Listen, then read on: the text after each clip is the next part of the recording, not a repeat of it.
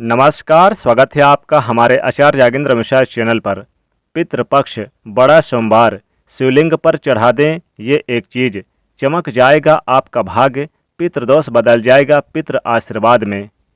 दोस्तों, पितृपक्ष का समय चल रहा है और आज अश्विनी माह के कृष्ण पक्ष की द्वितीया तिथि है, यानी कि दूसरा दिन है। इस दिन कैसे अपने पितरों को मनाएं, कैसे शिवजी को क्या अर्पित करें और जिसके कारण शिव जी को अर्पित करें तो आपके पितृ भी संतुष्ट हो जाएं और भगवान शिव का भी आशीर्वाद प्राप्त हो। वीडियो के अंत तक बने रहिएगा।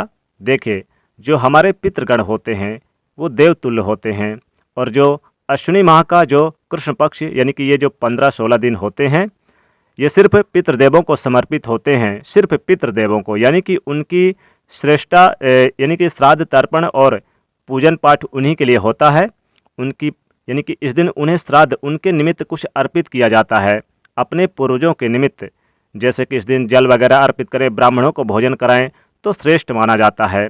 लेकिन सवाल यह कि शिवजी पर क्या अर्पित करें, चूँकि सोमवार का दिन है आज, और सोमवार के दिन साथ ही साथ आज चूँकि पितृपक्ष का दूसरा दिन और सोमवार के दिन अद्भुत शुभ संयोग भी बन रहे हैं, तो क्या अर्पित करें शिवजी के शिवलिंग पर कि पितृदेव भी संतुष्ट हो जाएं और शिव जी की कृपा से मोक्ष भी मिल जाए। वैसे तो बहुत सारे प्रयोग हैं, लेकिन कुछ ऐसे कार्य हैं जो इस समय आप अगर करें तो मृत आत्मा की शांति तर्पण दान करके उनका आशीर्वाद प्राप्त करने का चूँकि ये वक्त है, तो आप पिंडदान करें, तर्पण करें, भूखे जो हैं उनको भोजन कराएं। इन्हीं से तो पितर प्रसन्न होते हैं। तो पितर काल के समय पितर के स्थान में स्वयं सफाई करें तो ज़्यादा अच्छा है। चलिए अब हम जानते हैं कि शिवलिंग पर, चूँकि सोमवार का दिन है, तो शिवलिंग पर क्या अर्पित करें कि पितृ प्रसन्न हो जाएं और शिव जी को कैसे मनाना चाहिए कि आपके जीवन में किसी प्रकार की कोई कमी न रह जाए और कभी कोई कष्ट ना हो। सोमवार के दिन भगवान शिव की आराधना करने से जीवन के सभी कष्ट मिट जाते हैं, चाहे वो कैसे भी कष्ट हो, जीवन के कैसे भी परेशानी हो, बाधाएं हो, उनसे आप बाहर आ जाते हैं। शिव जी की आराधना करने वाले को कभी भी जीवन में कोई भी ग्रह बाधा कष्ट नहीं दे सकता। शिव जी पर तमाम तरीके के चीज़ें वस्तुएं अर्पित की जाती है ताकि आपके जीवन की परेशानियों को दूर कर सके। जब संसार को बचाने के लिए शिव जी ने विष पिया, तब विष पीने के बाद उनके कंठ के विष, उन्होंने कंठ में विष रख लिया था, तब यहाँ पर उनके कंठ में असीम जलन पूरे शरीर पर हो रहा था। और यहाँ पर समुद्र मंथन की कथा पर यह बात आती है कि समुद्र मंथन के दौरान जब संसार को बचाने के लिए भगवान शिव ने विष पी लिया तो उनका पूरा कंठ ही नीला हो गया। और इस विष के प्रभाव से शिव और उनकी जटा में बैठी देवी गंगा पर भी जब ये प्रभाव पड़ने लगा, तो ऐसे में समस्त देवी देवताओं ने शिव जी को दूध ग्रहण करने का यानी कि आग्रह किया। जैसे ही शिव जी ने दूध ग्रहण किया तो उनके शरीर से विष का असर कम होने लगा। हालांकि उनका कंठ हमेशा के लिए नीला पड़ गया और उनका एक नाम नीलकंठ भी पड़ गया। तब से दूध शिवलिंग पर अर्पित करने की परंपरा चली आ रही है।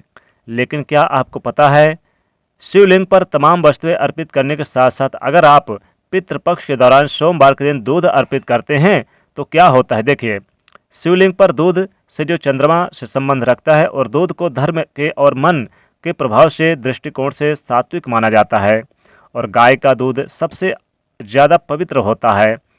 इसलिए शिव जी को अगर सोमवार के दिन आप रुद्राभिषेक करते हैं तो दूध से कीजिएगा, आपकी समस्त मनोकामनाएं पूरी हो जाएगी।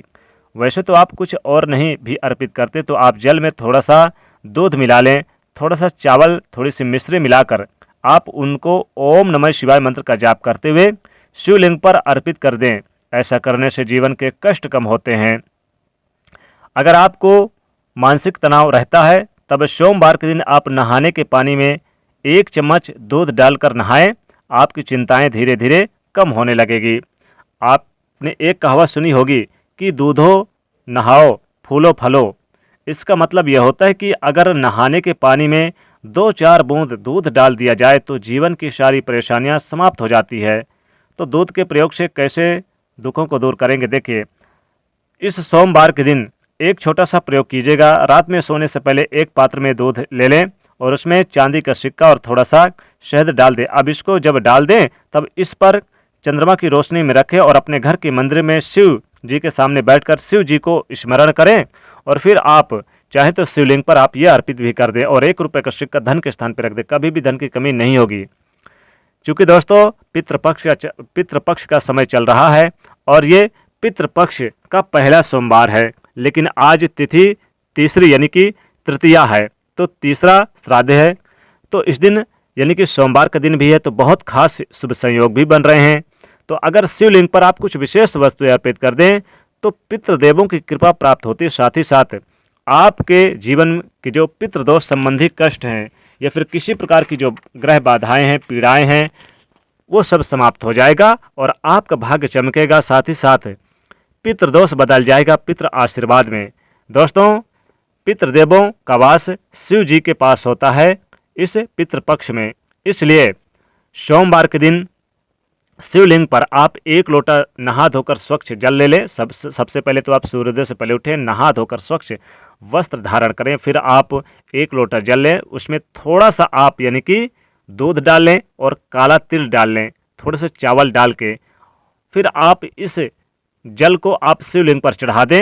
और चढ़ाने के बाद जब लास्ट में आपके लोटे में काला तिल और चावल बच जाए तो इसे आप हाथों से निकालकर शिवलिंग पर चढ़ा दें, तो पितृदेव भी प्रसन्न हो जाते हैं और शिव शंकर भोलेनाथ भंडारी भी प्रसन्न हो जाते हैं, समस्त कष्टों से छुटकारा दिला देते हैं। दोस्तों, सोमवार के दिन बेलपत्र जरूर चढ़ाएं, बेलपत्र के साथ साथ भांग धतूरा चढ़ाएं, हो सके तो दूध भी आप चढ़ा दें, यथासंभव जो भी आपके पास सामर्थ्य हो वो जरूर चढ़ाएं। और भगवान भोलेनाथ को प्रसन्न करने के लिए आप इस दिन शमी के पत्र भी चढ़ाएं। साथ ही साथ आप, चूँकि पितृपक्ष का समय चल रहा है तो सोमवार का दिन है, तो इसलिए भोलेनाथ शिव शंकर को आप प्रसन्न करने के लिए शिवलिंग पर आप थोड़े से काले तिल अगर 1 लोटे जल में डालकर आप चढ़ा दें शिवलिंग पर तो सोने पे सुहागा। या फिर आप चाहें तो साबुत जो काले तिल होते हैं उन्हें भी आप 1 मुट्ठी शिवलिंग पर चढ़ा दें, लेकिन उनको थोड़ा सा जल में भिगो कर चढ़ा दें, तो कभी भी धन की कमी, कभी भी आपको किसी प्रकार कोई कष्ट नहीं झेलने पड़ेंगे। पितृदेव भी प्रसन्न हो जाते हैं और पितृदेव बदल जाता है, पितृ आशीर्वाद में सदैव कष्टों से छुटकारा मिलता है।